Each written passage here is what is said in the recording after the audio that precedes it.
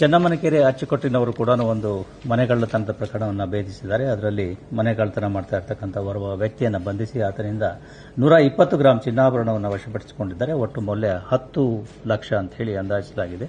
ಘಟನೆ ಆಗಿರ್ತಕ್ಕಂಥದ್ದು ಡಿಸೆಂಬರ್ ತಿಂಗಳ 15ನೇ ತಾರೀಕಂದು ಅಪರಾಧ ಪ್ರಕರಣ ದಾಖಲಾಗಿರ್ತಕ್ಕಂಥದ್ದು.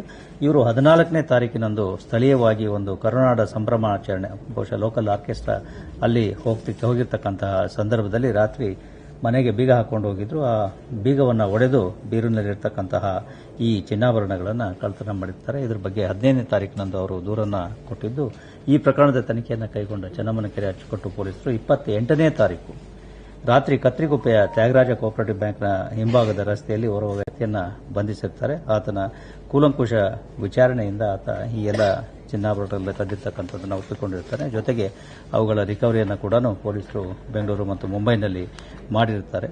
ಆರೋಪಿಯ ಜೊತೆ ಇನ್ನೊಬ್ಬ ಸಹಚರ ಇರತಕ್ಕಂಥದ್ದು ತಿಳಿದು ಬಂದಿದ್ದು, ಆತ ಈಗ ಅಪ್ಸ್ಕೊಂಡಾಗಿದ್ದಾನೆ. ಆತನನ್ನು ಬಂಧಿಸತಕ್ಕಂತಹ ಪ್ರಯತ್ನಗಳು ನಡೀತಾ ಇದ್ದಾವೆ. ಈಗ ಬಂಧಿಸಿರ್ತಕ್ಕಂತಹ ಆರೋಪಿ ಏನಿದ್ದಾನೆ ಆತ ಎಂಒಬಿ ವ್ಯಕ್ತಿಯಾಗಿದ್ದು, ಆತನ ಮೇಲೆ 10 ಹಳೆಯ ಪ್ರಕರಣಗಳು ದಾಖಲಾಗಿರ್ತಕ್ಕಂಥದ್ದು ಕಂಡುಬರುತ್ತದೆ. ಡಿಸೆಂಬರ್ 24ರಲ್ಲಿ ಆತ ಹೊರಗಡೆ ಬಂದು ಈ ರೀತಿ ಕಳ್ಳಾಕಳು ಮಾಡಿರ್ತಕ್ಕಂಥದ್ದು ಕಂಡುಬರುತ್ತದೆ.